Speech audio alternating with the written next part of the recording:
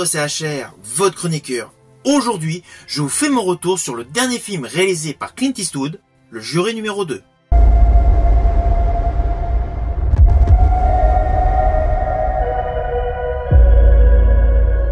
Ce film est excellent.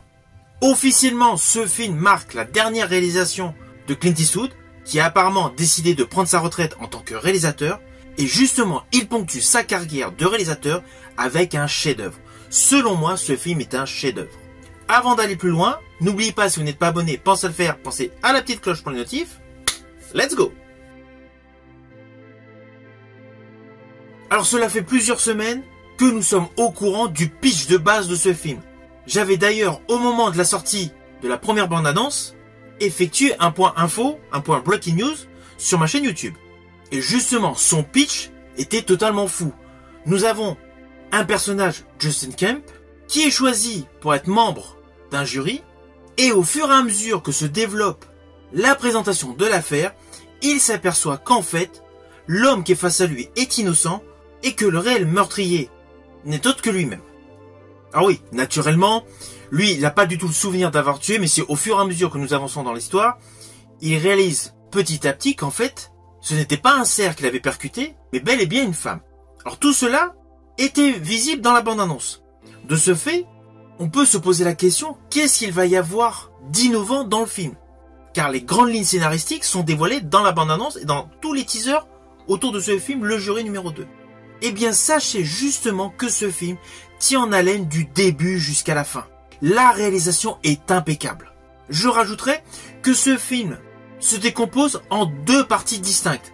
Il y a le côté présentation familiale du couple Kemp, c'est-à-dire Justin Kemp et Ali Kemp, interprétés respectivement par Nicolas Hoult et Zoey Deutch. Et à côté de cela, il y a le procès, piloté par le défenseur public interprété par Chris Messina, et la procureure apparemment impitoyable, Faith Calbray, qui est justement en période électorale. Celle-ci est interprétée par l'impeccable Toni Collette. De ce fait, il y a le côté familial, il y a le côté procès.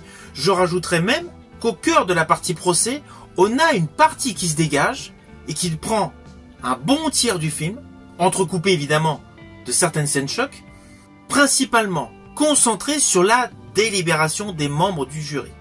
Et là, ce film est tout à fait dans le style de l'excellent film 12 hommes en colère réalisé par Sidney Lumet. Alors pour la petite histoire, sachez que j'ai tourné une vidéo concernant ce film 12 hommes en colère porté par Henry Fonda. Elle sera disponible sur ma chaîne YouTube le 6 novembre.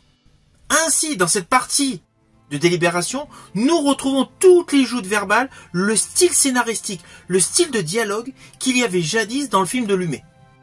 À la différence, c'est que dans le film 12 hommes en colère, c'était le personnage interprété par Henry Fonda qui essayait petit à petit de retourner la situation par rapport à coupable non coupable, uniquement par le fait qu'il a simplement un doute.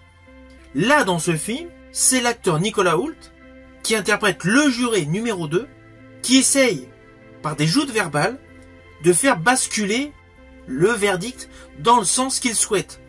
Car il sait que l'accusé n'est pas le meurtrier. Et c'est là que ce film prend une dimension énorme. Tout le travail scénaristique de ce film est extrêmement édulcoré. Alors perso, j'ai aimé le côté innovation par rapport à la réalisation de Clint Eastwood dans les joutes verbales du défenseur public et du procureur lors du procès. Au lieu d'avoir, comme à l'accoutumée, le défenseur public qui parle pendant un bon moment, après il retourne à sa place, et là il y a plusieurs plans séquences où chacun de ces deux protagonistes prononce une phrase l'un après l'autre.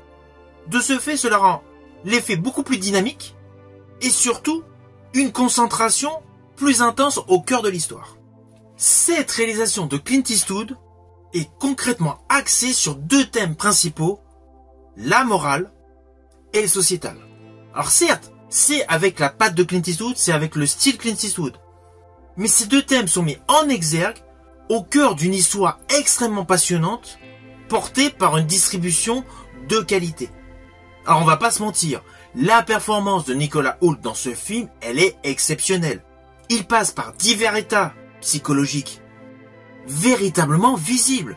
sa psychologie évolue en fonction des plans séquences. Dans ce film, Nicolas Hoult paraît transcendé par son rôle. On est radicalement loin de prestations qu'il a eues dans Renfield aux côtés de Nicolas Cage et dans Mad Max Fury Road aux côtés de Tom Hardy. Là, sa dimension artistique a grimpé d'un level.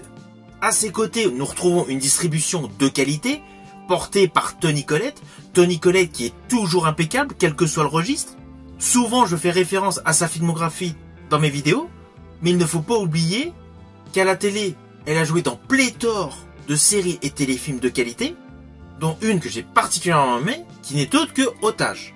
Ainsi, Toni Collette, comme à l'accoutumée, joue extrêmement bien. Et alors, la grosse particularité de ce film de Clint Eastwood, c'est que dans les seconds rôles, nous retrouvons des acteurs de talent, comme J.K. Simmons. J.K. Simmons, dans ce film, est un juré, ex-policier à la retraite. Sa composition est topissime. Rien à voir avec son rôle dans Spider-Man. Nous retrouvons également Kiefer Sutherland, l'infatigable Jack Bauer de la série 24 heures chrono, qui a pareil un rôle à contre-emploi. Il est avocat et s'occupe d'une association d'alcooliques anonymes. Rien à voir avec les 24 heures chrono, ou dernièrement de son rôle assez particulier dans le remake d'Ouragan sur le Ken. Alors sinon, parmi les membres du jury, vous allez reconnaître plusieurs visages issus de films d'horreur, de séries télé ou de téléfilms. Oui, lorsque j'ai dit films d'horreur, car vous allez reconnaître une des victimes de Michael Myers dans les récents Halloween. Ainsi, toute la distribution qui gravite autour des protagonistes principaux tels des satellites ont une expérience cinématographique télévisuelle. La totalité de ce film, réalisé par Clint Eastwood, qui a tout de même 94 ans, est une parfaite réussite. Tant sur la photographie, la luminosité, la direction d'acteur, l'histoire et surtout le montage, car les effets flashback, les effets souvenirs et de surcroît le final qui est totalement imprévisible. Oui, je dis totalement imprévisible, car jusqu'au toc-toc sur la porte, cette fin n'était pas du tout prévisible. Mais ne vous inquiétez pas, je ne vous dirai pas ce qui se passe. En tout cas, sachez que ce film est un bon film, c'est un film à voir, il est actuellement au cinéma, et forcément, c'est un film que je vous invite à découvrir. Je vous dis à bientôt pour une prochaine vidéo.